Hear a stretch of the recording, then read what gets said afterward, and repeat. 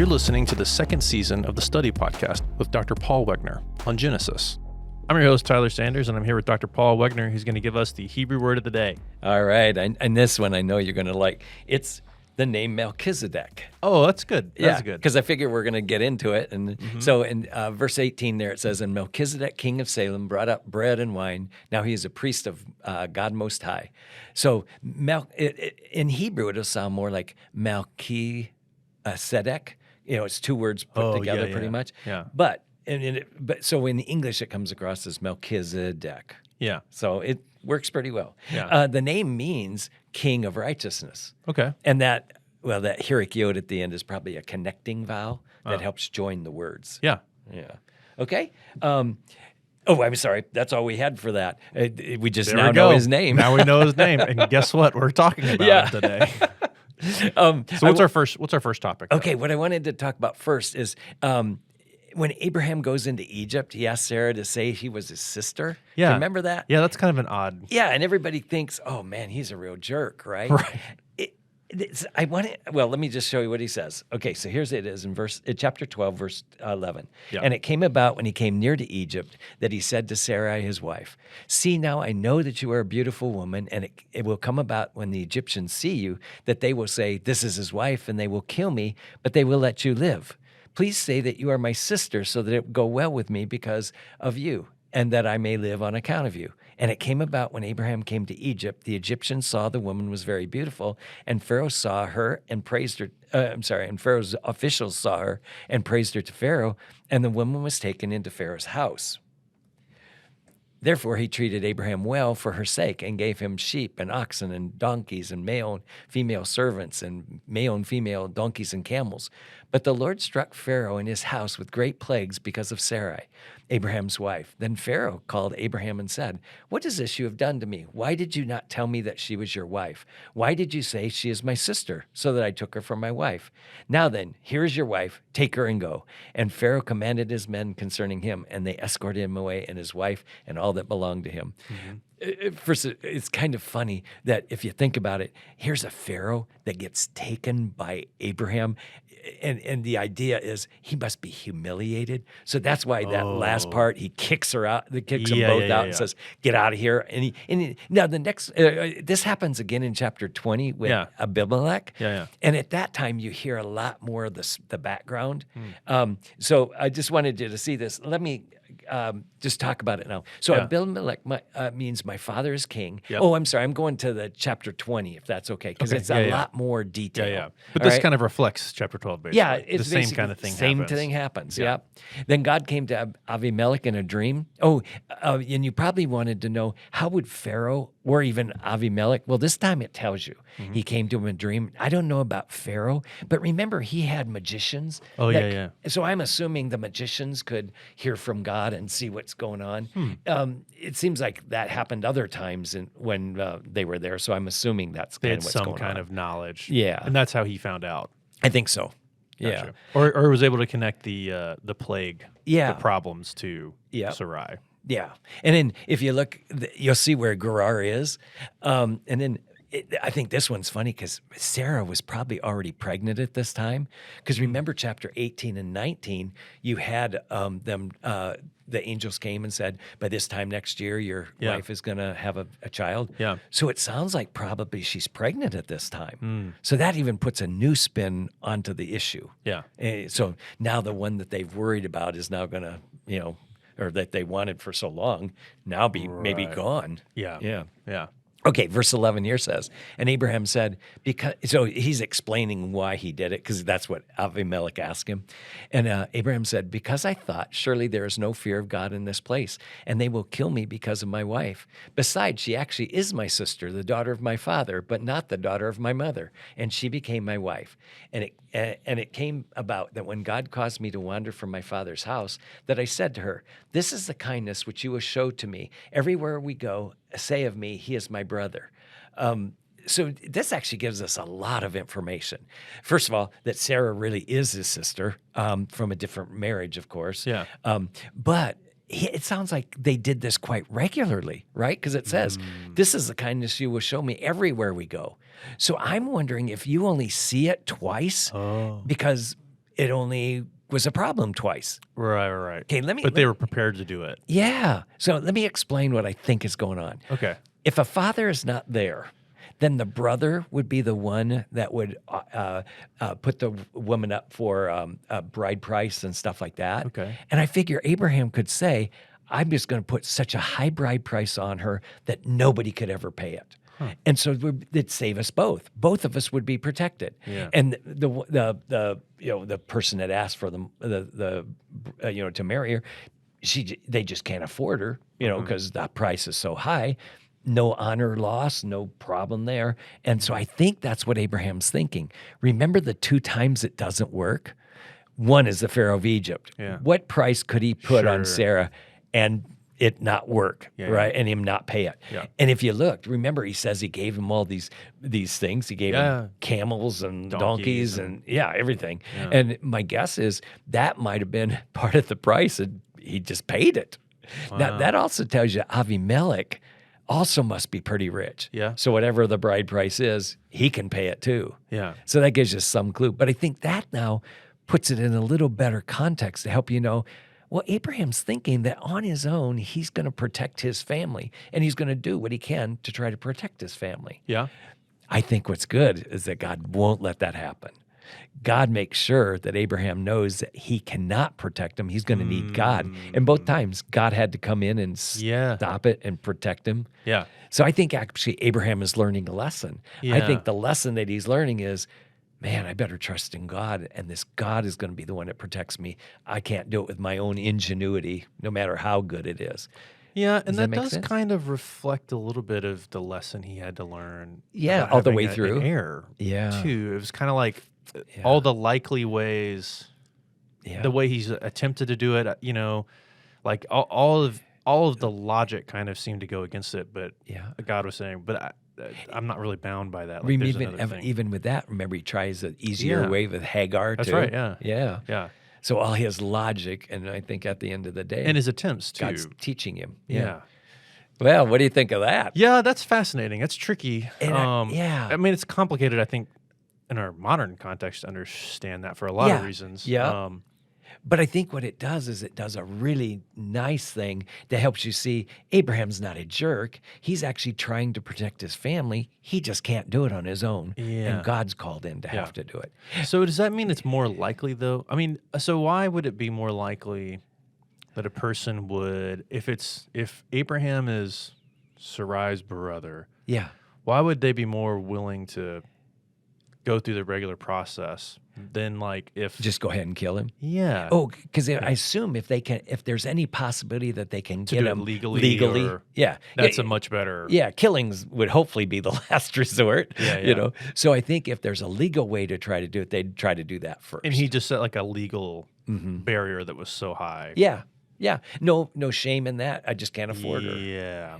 You know what else I like about Avimelech? I don't know if you remember, but at the end he pays it's called a vindication price. In Hebrew, it calls an eye covering.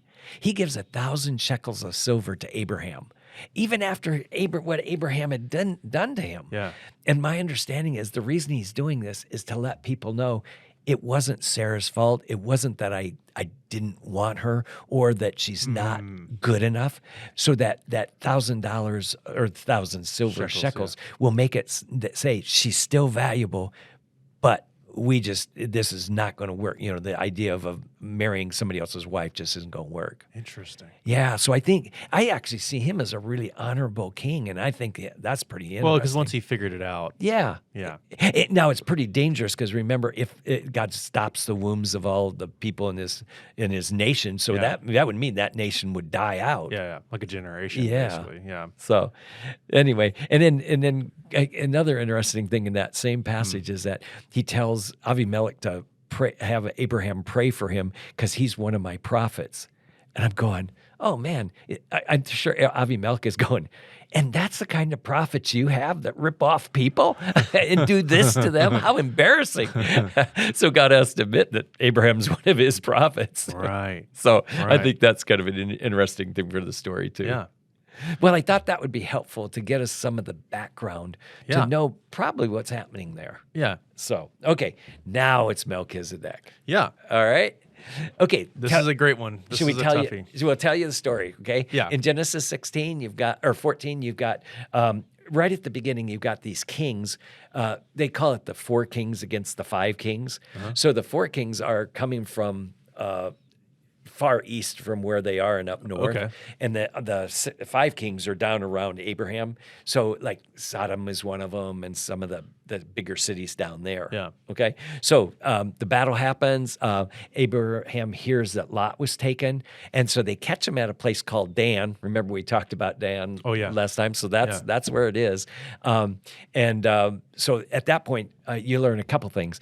Abraham has 318 soldiers basically, and they say that they are actually from Abraham's house. I'm sorry, not just from his house, born in his house. So that means that all of these, to get 318 trained men that were born in your house, that means you have to have a pretty good-sized house. Yeah, That right. lets you know how rich Abraham was. Yeah, yeah. And you kind of knew that from some of the other things that it said about him, but that really, I think, He has highlights hundreds it. and hundreds of people, or maybe even thousands, I guess. Yeah, at least, I would say at least hundreds to get that many trained men for war. To could fight. Yeah. Yeah. So that's kind of an interesting thing. Yeah. Okay, so that's the background.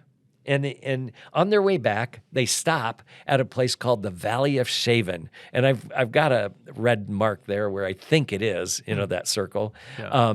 And it's got to be real close to Jerusalem somehow, okay? And it's called also the King's Valley.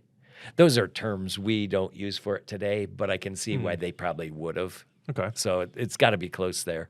Anyway, he says that he's the king of Salem. And according to Psalm 76:2, which I've got down here, God is known in Judah. His name is great in Israel, and his tabernacle is in Salem. His dwelling place is also in Zion. So it's equating Salem with Jerusalem, or with Zion, actually, specifically. Yeah. But Jerusalem is basically city of peace. And so I think that's probably where the name, in fact, today even that name is known as that. And I think that's probably where, it's probably been that for quite a while, because if it was called Salem before, and now it's called City of Peace, it probably just developed from that, the same place. Okay. So I think that's what's going on there. He's said to be a king of Salem and priest of the Most High God. Yeah. Okay, now what's interesting is he's a Canaanite, so he can be both of those, right? If he was in Israel, he could not do that, right? Because the kings and the priests come from two separate lines. Yeah, right. So Judah would be where kings come from, and Levi is where the priests come from.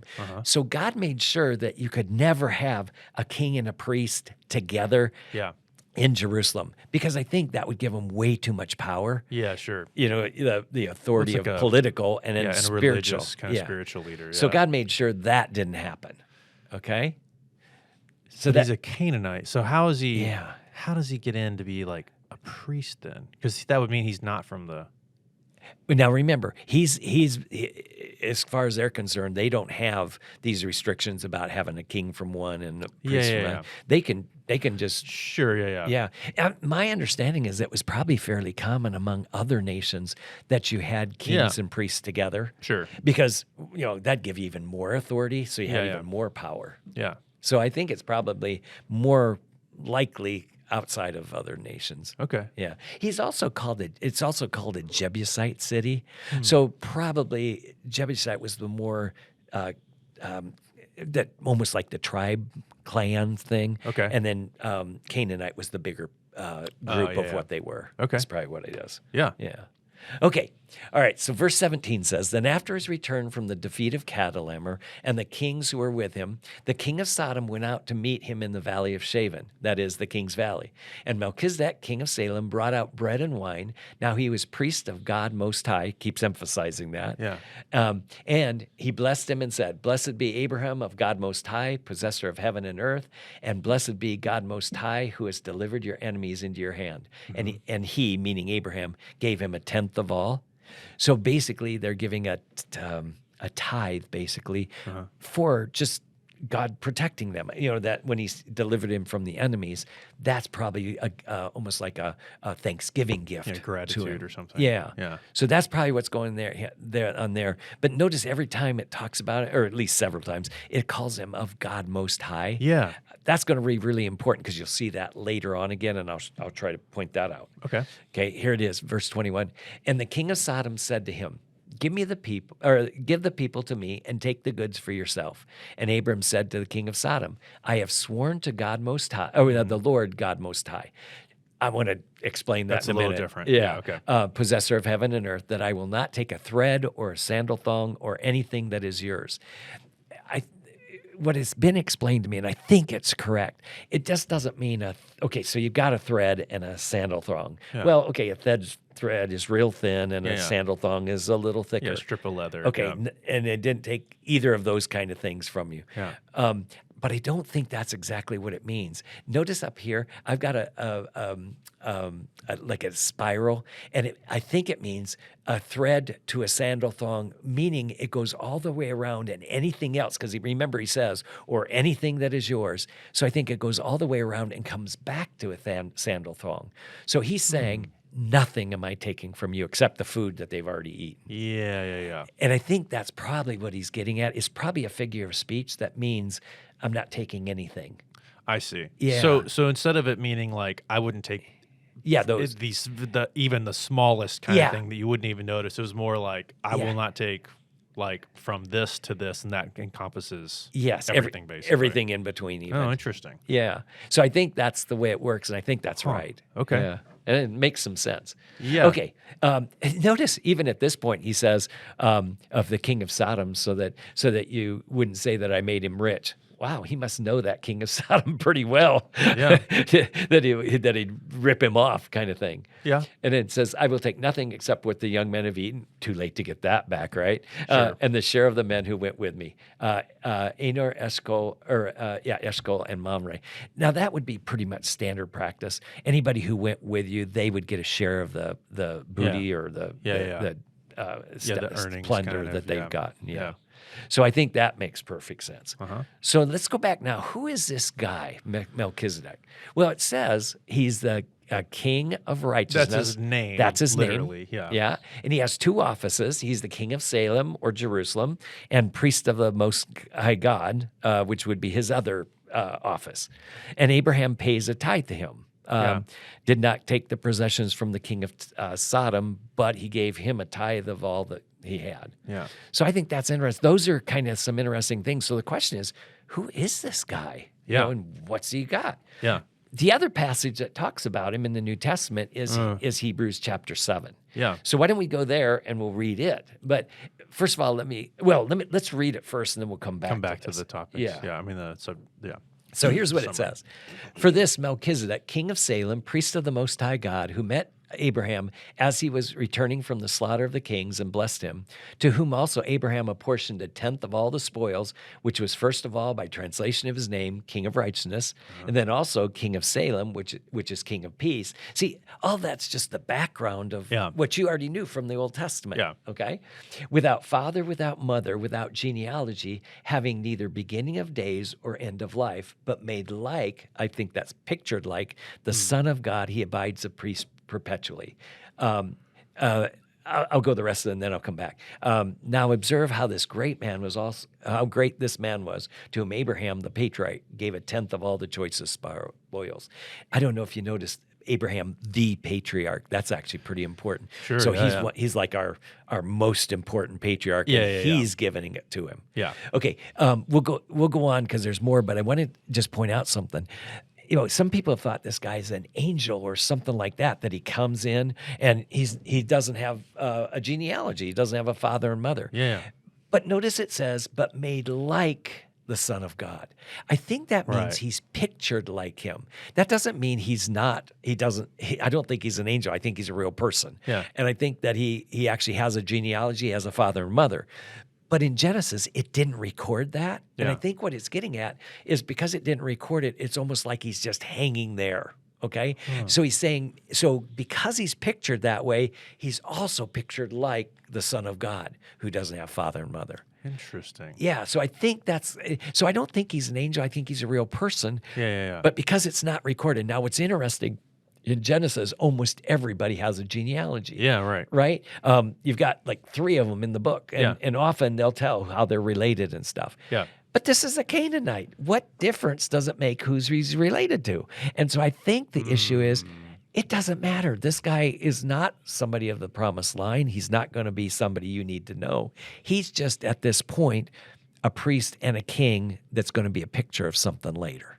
Does that make sense? Yeah, because not having a genealogy is what part of that's kind of what makes it a good picture later. Yes, and I think that's what the author of Hebrews is doing. Kind of arguing. Yeah, he's making sure that as he writes it, he shows how close it is. He takes every little bit from that story and uses it. Yeah, basically. Yeah. Okay, look at the next part then. And those indeed of the sons of Levi who received the priest's offering have commandment in the law to collect a tenth from the people, that is, from their brethren, although these are descended from Abraham. But one whose genealogy is not traced from them collected a tenth from Abraham and blessed the one who had the promises. So right to that point, he's saying, that means that this Melchizedek is greater than Abraham because Abraham's paying tithe to him, and he gave him a tenth, which is usually what you give to the Levites. Right. So he's honoring him to give him a tenth of that too. Yeah. So he's showing honor, and then Melchizedek blesses him. Yeah. So that ought to be in their minds. That ought to mean something really unusual here. Yeah, Okay? sure, yeah. Okay, but without any dispute, the lesser is blessed by the greater. Got that? And in this case, mortal men receive tithe, but in that case, one received them of who it is witnessed that he lives on. See what he's doing? As he was pictured as not, he didn't have a father or mother or a genealogy that says he died. He's pictured as living on. All of that is going to be necessary to try to draw a picture between him and Christ. Yeah. So you need that These picture of details. him living on to Yeah. help then him picture like Christ. Okay. Okay? And so to speak, through Abraham, even Levi, this is the part that's interesting. He's saying that even Levi, who we usually give tithes to, is actually getting tithes because he's in the loins of his father. It goes on. Who receives tithes, pays tithes. For he was still in the loins of his father when Melchizedek met him. Yeah. So it's almost like a Jewish way of thinking that they have, okay, so he's a father and he's connected to all these. So later on, the Levites are going to come through his line, and they're paying tithe through Abraham is what he's basically saying. I see. Yeah. So basically it's trying to show just how important this Melchizedek is. Yeah. Okay? Yeah. All right, so what we've got Melchizedek pictured like the Son of God. He abides a priest forever, it basically says, just like a normal person, but he says he's presented or likened like to Christ. Yeah. It's unusual for people not to have genealogies, especially in Genesis 1 through 11, that's for because sure, almost everybody does. Yeah. And it appears to know the true God. Do you remember I kept showing that it says The Most High God. Yeah, the Most High God. And when Abraham does it, he actually says, the Lord, the Most High God. Yeah. So what I actually think, and it even adds that phrase, possessor of heaven and earth. Yeah. I think what's happening is that it's possible that Melchizedek didn't actually know exactly who that Most High God was, but he knew he possessed the heavens and earth and all that. I think Abraham is clarifying for Melchizedek who this Most High God is. It's Yahweh. It's the Lord. Yeah. So I actually think by adding that name Lord to the other phrases that were used for him, it's actually helping Abraham clarify to Melchizedek who this God is. Yeah. So I think at least that's how I see it happening. I see him clarifying for Melchizedek, who's a pagan, to know that the Most High God is the Lord. Yeah. And I don't know, it doesn't sound like Melchizedek is opposed to that. It sounds like he's okay with that. That's true, yeah. But Abraham seems to then help clarify it for him. He gives him more information. Yeah. So I thought that was interesting. I think that's what it means. Yeah. That's what means. It is why he adds that word Lord, Oh, I see. God Yeah, Most High. Yeah. Yeah. In Abraham's description. Yeah. Yeah. Okay. Let's go to the next one. Okay. Oh, here's that. Oh, yeah. There's it, and then now he adds Lord. I think Abraham's clarifying who really is the God Most High that possesses the heaven and earth. That is the Lord. Yeah. So I think that makes sense. Now I've got to show you something else. I actually think, I'm going to argue that there's 3 people in the line of Melchizedek. Okay. Melchizedek, Uh-huh. David, and Jesus. Okay, so I want to show you how, Yeah. at least is why I think that. But let's go to Psalm 110. Okay. Okay, it says it's a Psalm La David, Uh-huh. and I hope you know that I've argued that La can mean a lot of different things. I don't know. I don't think it just means authorship. I think it could mean for David, Yeah, a psalm for David, according to David's style. There's a lot of different options. I actually think that this one is written for David. Okay. La David.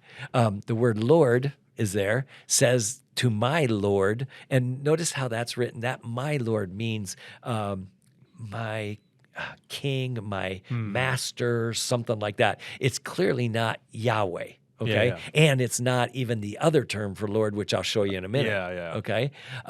The Lord, again, I'm sorry. He says, sit at my right hand until I make your enemies a footstool for your feet. The Lord, and that's the same term for the Lord God. The first one. Yeah. Will stretch forth his strong scepter from Zion, saying, rule in the midst of my enemies. Your people will volunteer freely in the day of your power in holy array. From the womb of the dawn, your youth is like to you is like the dew. The Lord, same word as used before, has sworn and will not change his mind. You are the priest forever, according to the order of Melchizedek. So that's why I brought this up. It's pulling in Melchizedek and saying you're a priest of that. Yeah. And then it says, and the Lord was at your right hand. This is actually the word that would mean God. So God is sitting at your right hand. So the question is who's this written for? I'm going to argue that it was written for David and that he's saying the Lord God said to my Lord David, sit at my right hand. Yeah. And so it's the logic is somebody wrote it for David, not that David wrote it. Yeah. Now we'll talk about this, but there's an issue in the New Testament that I want to talk about. Okay. But at this point, I think that's the logic that I want to show you. Yeah. Now, let me show you my timeline here. I believe there are only three persons in the order of Melchizedek. One is Melchizedek. We've got that. And he's a priest and a king forever, so that's the key. Yeah. Okay? Psalm 110:4, you are a priest forever according to the order of Melchizedek. I think that's David. Yeah, because if it's to David, that would be assigning him that. Yeah. Yeah. And then Jesus. Okay, I've got this passage from Hebrews 7 to tell you, and this one is clear still. If another priest arises according to the likeness of Melchizedek, who has become such, not on the basis of law, of physical requirement, because it says that he couldn't be both a priest and a king if he's a Jewish person, right? But according to the power of an indestructible life. For it is witnessed of him, you are a priest forever according to the order of Melchizedek. I think here it's talking about Jesus, and it once again picks up that to show that he's also in the line of Melchizedek. Yeah. Okay. Now let me show you my passage that'll help you. David do you remember when David was taking the ark out of I can't remember the Philistines. No, it's he's at Obed-Edom's house, and he brings it into Jerusalem. Oh yeah. And he the first time he does it, that Uzzah gets killed, and so he stops it and puts it back at this house. Yeah. Then he finds out that Obed-Edom's house is being blessed, and David wants some of that blessing, so he does it again. But this time when he does it, it says, and so it was that when the bearers of the ark of the Lord had gone 6 paces, he sacrificed an ox and a fatling. Now at that point, you could actually say, well, David had those things sacrificed, right? He wouldn't necessarily do it, but because he's the king, he could have a priest do it. Yeah. But look at verse 14. And David was dancing before the Lord with all his might, and David was wearing a linen ephod. So he was wearing the priestly garment, and that's one that only priests should be wearing. Yeah. So that would probably go back up and say, oh, well, maybe he was doing the sacrifices too. Right. Now remember, what's real interesting, Saul gets in trouble for not waiting for the sacrifices, and God removes the kingship from him. Uzzah, I think his name is, actually went into the temple and sacrificed, and he gets leprosy. Yeah. So God gets really upset with people that aren't priests sacrificing to his God, even if they're a king. Yeah. So I'm going, why can David do this and these other kings can't. Yeah. And I believe the answer is he's in that line of Melchizedek. So Psalm 110:4 is actually talking to David to let him know that. Yeah. And Because so, being in that line kind of gives you a special. well, remember, he's now going to be king and a priest, so Yeah. he can do the both parts of it. Yeah. Yeah. So that's my evidence to suggest that we've got 3 in that line and not just 2. It certainly makes more sense out of, I think, the story of David. Yeah, Of I why think he's so. able to do that. Yeah. And not, you know. Especially when God is so upset with the other kings that Yeah. do it. Yeah. Yeah. Make sense? Yeah. Okay. So that's what I think is happening there. All right. This is the next one. Any questions? Next story? Yeah. Oh, so many. Angel of the Lord is the next one. But yeah, that's a good one, too. let's go back, though. Well- Are there any questions here that you have? I think, like, my biggest question, Yeah. and there may not be a good answer for this. Okay. Kinda like, how did Melchizedek get this position Yeah. as a Canaanite? I think that's kind of the odd thing to me. Yeah. He's kind of a. So, I mean, you alluded a little bit to it earlier. He may not really know exactly who Yahweh is, Yeah. but he is righteous, it sounds like. At least he's the priest, so he's Yeah. probably doing what priestly things are supposed to do. Yeah. Priestly people. So could we say does he have some knowledge of who God is if he doesn't know exactly who he is as Yahweh? Yeah. Here, it could be 2 possibilities. Hmm. At least, well, maybe more, but at least the 2 I've thought about is that it could be that he, because the line of Eber, which is earlier talked about in Genesis, it could be that whole line has some special relationship with God. And so maybe even though he's a Canaanite, at some point he may have heard about this Yahweh, or at least heard about the Most High God, even if it's not real clear to him. Yeah. And he serves, there's no doubt he serves the Most High God, Yeah. whoever that is. Yeah. So I would actually think that that's a possibility. He could have heard it about from history. Yeah. There could be traditions that he would have heard about this Most High God. Yeah. Or I think the other possibility is Abraham is actually clearing. So you'd still have the idea that he's heard about this Most High God, but then Abraham now comes and says, oh, you know that Most High God that you've been serving? Yeah. That's actually Yahweh. And I see it like, remember how Paul goes in That's what I was about to say. Yeah. Yeah, he's the unknown God. Yeah, that's kind of what I think he's doing. He goes to the Greek place where they worship all these Like, gods. you're really close. Yeah, and then he says, well, the God you worship in ignorance, I'm here to tell you about today. Yeah. And I wonder if that's a little what Abraham was doing. Interesting. Yeah. Okay. So I think it's possible. Yeah. I think that's good. And maybe part of the mystery of Melchizedek is so that it better sets up. I think what you've shown us looking back from the the Testament Hebrew lens Yeah. and the Old Testament sections on David where he's kind of listed in this, like, I think looking back through that, Yeah. it does kind of make a clearer line from Melchizedek to Christ. You know, what Hebrews kind of argues. That's right. So that's pretty clear. But he's a very mysterious Yeah. But I actually character, think, you know. I think that God was guiding this all the way through, made sure he didn't have the genealogy there so that because he knew whoever's writing Hebrews, I don't know who that is, but whoever's writing Hebrews has that logic that he can then build upon. Yeah.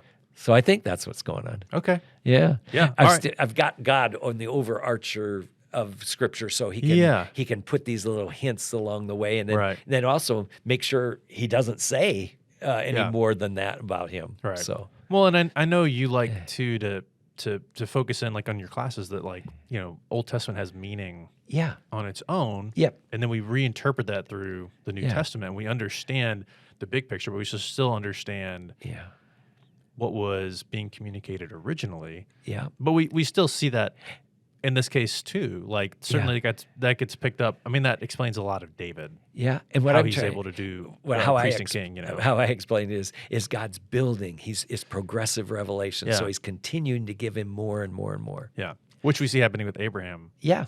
Too, with the covenants, the way the covenants kind of come out, you know. Yeah. All right, you Okay, ready next for the topic? next one? Yeah. Okay, Angel Let's of get the even Lord. deeper. Yeah. Okay, Genesis 18 is probably one of the most clear ones. So the Lord, and look, it says, now the Lord appeared to him by the oaks of Mamre. So it actually is suggesting the Lord's there. Yeah. Okay, at least suggests that. While he was sitting at the tent of the door in the heat of the day. And when he's lifted up his eyes, behold, 3 men were standing opposite of him. So it's kind of interesting. He says he's the Lord, but the 3 men were standing opposite him, okay? When he saw them, he ran from the tent door to meet them, and he bowed himself to the earth and said, my Lord. I don't know if I told you this, but when it has the ending that this one has, it means the real Lord. But on this one, I think it should be translated my lords, because it's also the plural ending. Oh, okay. So I think it's supposed to be my lords, and I translated it just like was in the NSB, but I want you to know it's probably not right. Interesting. Yeah. And so I put over there, my lords. Yeah. If now I have found favor in your sight, please do not pass your servant by. Please let a little water be brought and wash your feet and rest yourself under the tree, and I will bring a piece of bread that you may refresh yourself.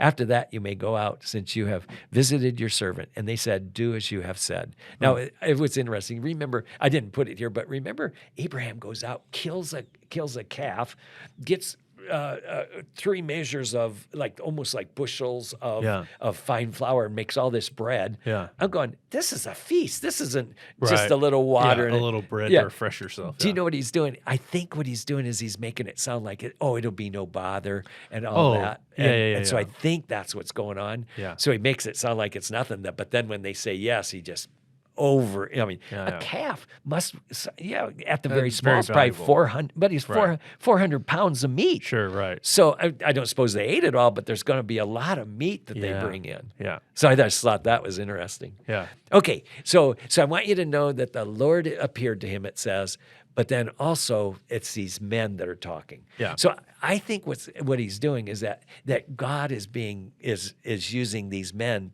to say what he needs to have him say. So when it says appeared, I think it means he came to him to let him know a message is basically.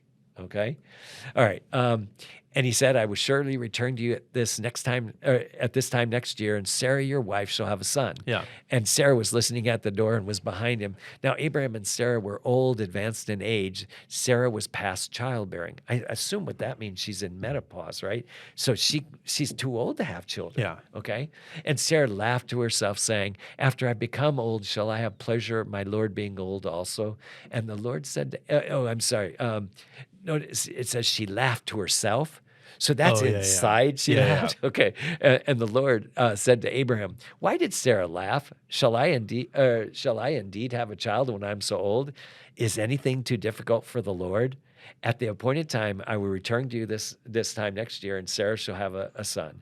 And Sarah denied it, however, saying, oh, I did not laugh, for she was afraid. And he said, I like his response. No, but she did laugh. Yeah. He doesn't let her off, but I like that he says, no, I understand you didn't laugh outside, but you did laugh. Yeah.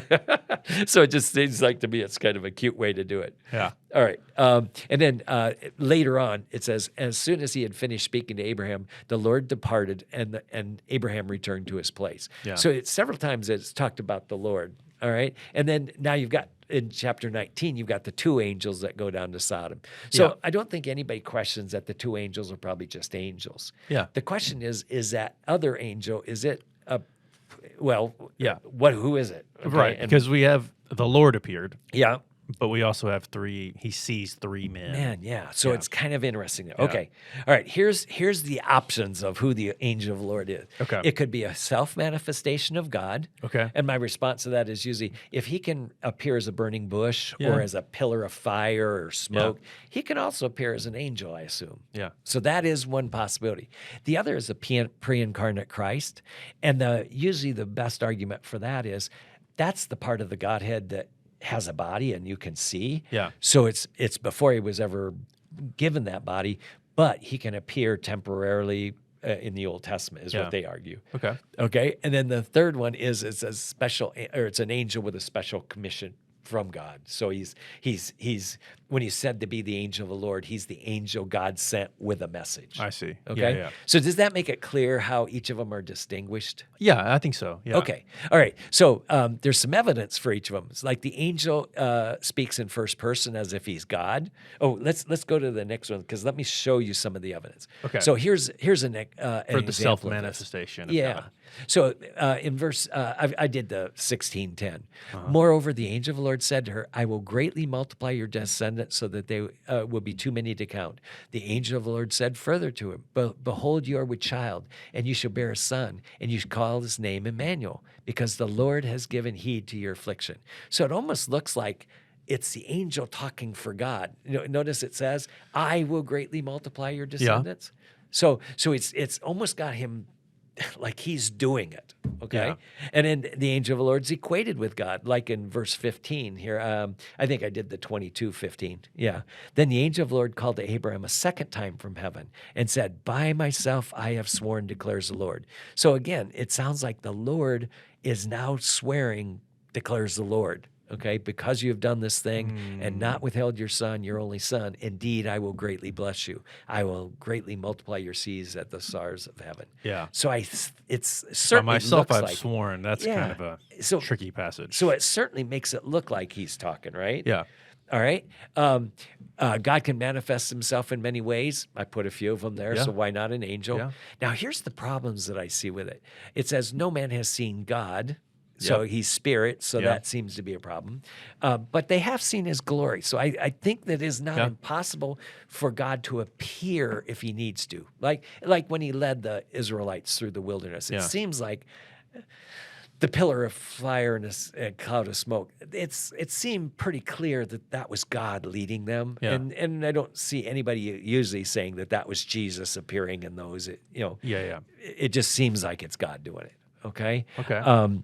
So that's one of the problems. So that I think is at least explanation of it. Yeah. Now, some passages seem to make a distinction. So this is the first problem: is okay, nobody can see God, but I think that's an easy solvable one. Just saying, Yeah. he can appear as God, Yeah. or he can appear with what he wants, but he's still God. Yeah. All right. Another problem is some passages seem to make a distinction between God and the angel.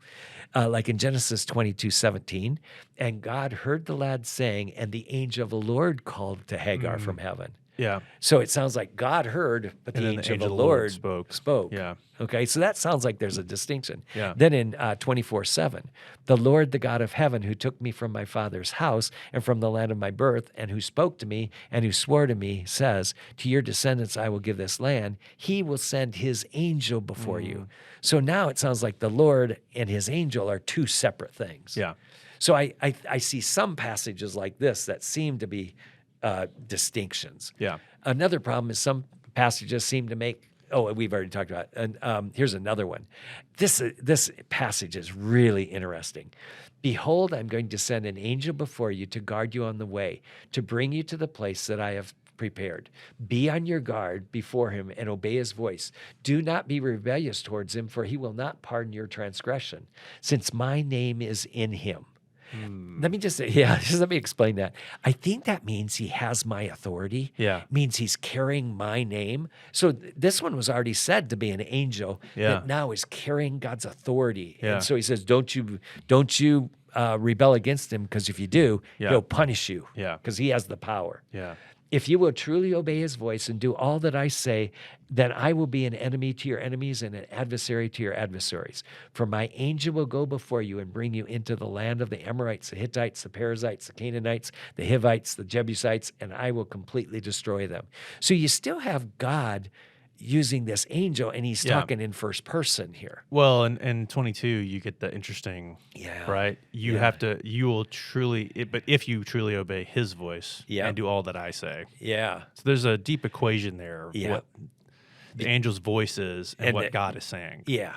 Yeah. So there's two things. It's separate being, and yet he's got my authority. Yeah. That verse in my mind is the most helpful to help us talk about this, an angel with a special commission from God. Yeah. Because that certainly says because my name is in him. Yeah. And I think that means he's bearing my authority. Yeah.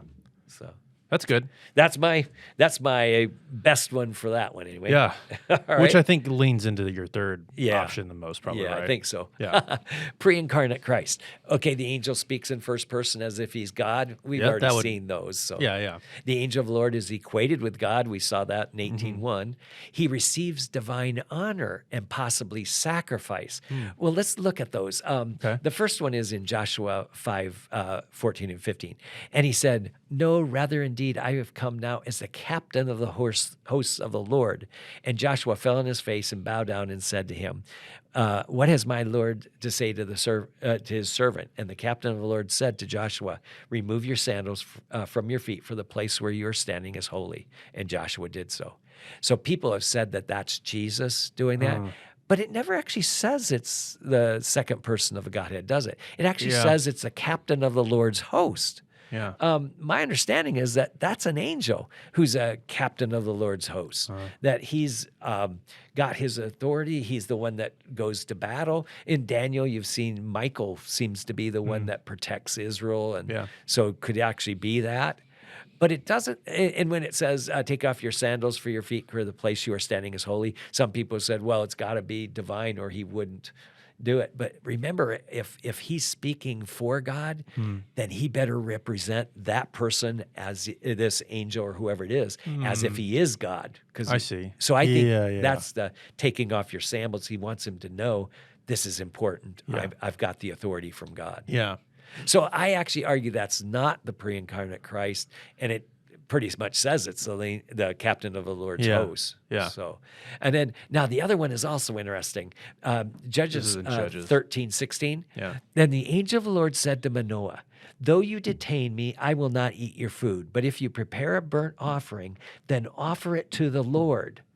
For Manoah did not know he was the angel of the Lord. See, I think it's clarifying this is not the Lord, because he didn't know he was the angel of the Lord. But Yeah. there's two people here. He says, the angel of the Lord says, if you're going to offer a sacrifice, offer it to the Lord. He doesn't say offer it to me. Yeah. So I actually think that's another really clear thing, that the angel of the Lord and the Lord are two different things. Yeah. Yeah. Yeah. So I'm building my case, as you can see. I can see. Yeah. Yeah. Sorry. All right. The angel of the Lord never appears after Christ's birth. Now So that's an argument for it again. this yeah. being the pre-incarnate Christ. Yeah. Now the problem with that is it could be that the messenger formula doesn't happen in the New Testament anymore.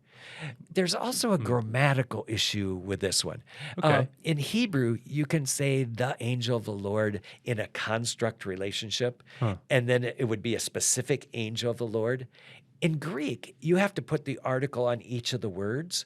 So you can say an angel of the Lord, where in Hebrew, that would be really hard to say. Yeah. You have to do it a different way than in a construct relationship.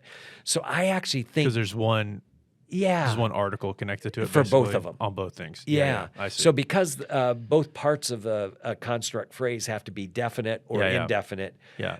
it's really hard to do it any other way. Yeah. So I actually think that it's more of a problem with grammar and probably the custom of there no longer being a messenger formula. Yeah. So not just because Christ at birth, okay? Problem, no mention of Christ in the Old Testament, okay?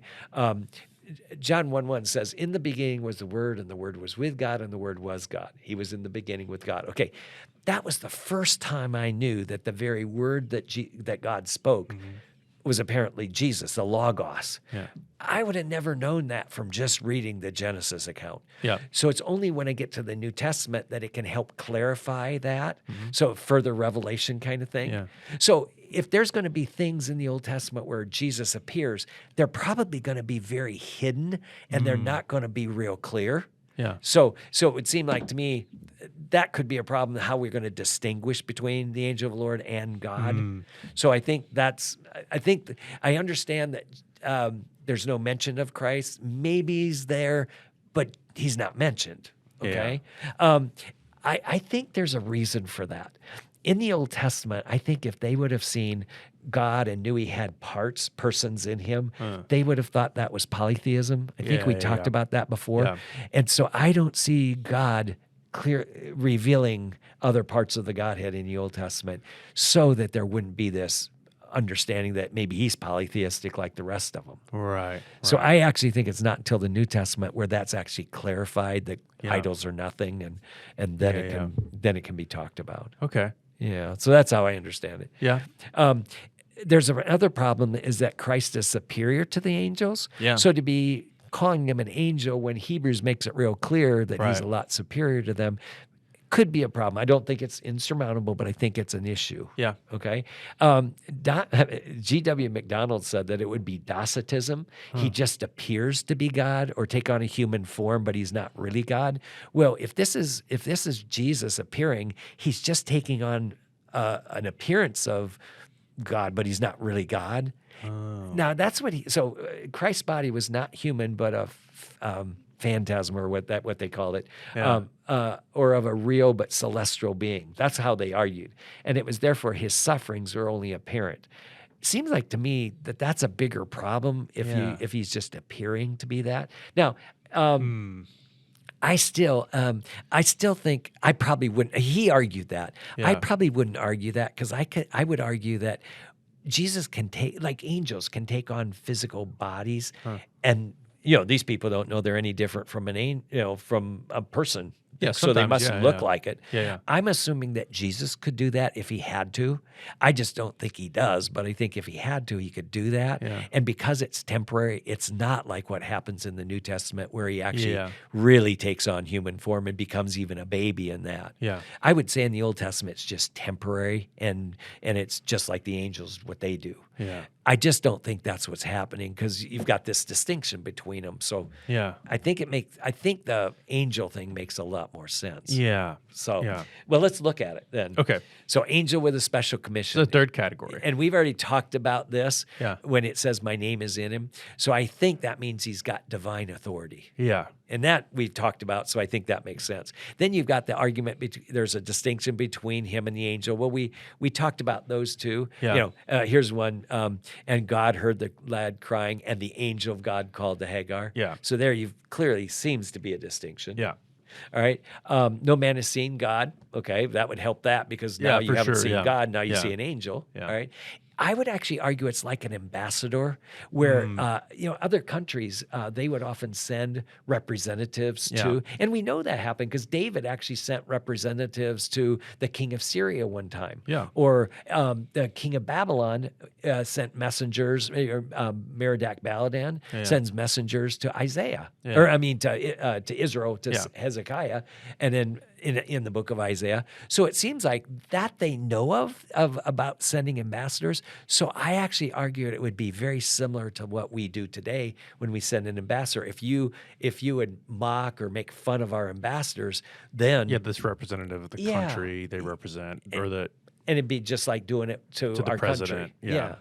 So I actually see it more like that. Well, and I would even imagine, today it may even be stronger than today because we have instantaneous communication today. That's But true. An ambassador would have had a good amount of authority to represent the king's wishes And without maybe- being able to talk to the Exactly. king again.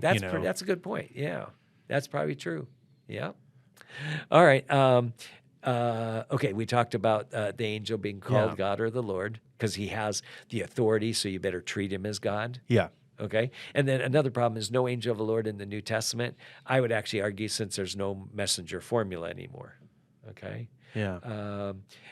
I've got this as an example, Matthew 1:20. But when he had considered this, behold, an angel of the Lord appeared to him in a dream, saying, Joseph, son of David, do not be afraid to take Mary as your wife.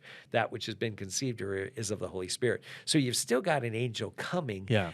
And you better still treat them. Every time they see them in the New Testament, they're still afraid of them. Yeah, right? yeah. So they still have some authority, but it's not like what you've got in the Old Testament where if you disobey him, he's going to punish you, and my name is in him. Yeah. So it seems like it's different. And you have your article thing in here that's too, different. where it's an angel of the Lord. Yeah. Yeah. Okay. All right. Here's our conclusions. Okay. Abraham tries to protect his family by claiming to be Sarah's brother, but God has to protect him anyway. Yeah. So I think that's kind of It's a lesson. And I think that's really important for us to learn too. Yeah. Yeah. Yeah, that's We true. can, Yeah. We can do all we want with our logic and everything like that, it's Yeah. going to fall short. Yeah. And God still has to be there. Yeah. Okay, Melchizedek is a Canaanite priest that seems to serve God and become a picture of a king and a priest, meaning David and Jesus. Yeah. And we've talked about that, so I think that makes some sense. All right, then the last one. The angel of the Lord is an angel sent with God's authority to speak to people for him down here on earth. The messenger formula was very important for that kind of thing. Yeah. So does that all make sense? Yeah. We covered a lot today. That is a lot, yeah. Two very difficult passages or issues. Yeah. I mean, I'd say 3 kind of challenging ones. I think the first one is still kind of Oh, yeah. confounding, I think, for a modern reader. It seems wrong what he's doing. Yeah, it sure does. You know what I mean? Like, Yeah. But also, if you think about it, why would he do it if it was so stupid, right? Yeah, yeah. And I think there's some logic behind what he's trying to do. Well, I don't even know if it's that it seems stupid. I think the challenge today is reading it. It sounds like he's afraid. It's like a fearful action. Like, I'm afraid for myself, and I'm going to put my wife on the line. Yeah, or so it something makes like him sound that. like It's a real kind of jerk, like, kind of. Yeah. But it's kind of like like a jerk, but also just someone who's operating out of fear instead of faith or something, which I think would maybe be a misunderstanding of. Yeah. It's related to that idea. I was just going to say, he probably is afraid is why he did that. There is some fear in there, but I don't think the lesson he's learning is like, don't be afraid. It's you have to rely on God because you can't. Yeah, because you just can't depend do on it yourself. Yeah. So there's a little bit of a flip in there. Yeah. Good. Three challenging Yeah. topics, I think, Yeah, I think they're kind of all fun. connected by Abraham. So this is a great episode. Well, I'm not sure what's next week, but I'm sure we'll come up with something. Well, we've been in Genesis for a long time, so Yeah. there's probably some more stuff in Genesis. I'm sure we can. Yeah, I'll can look dig through it into. and see what other things we got. Okay. All That right. sounds good. Thank you. Thank you. All right, bye-bye.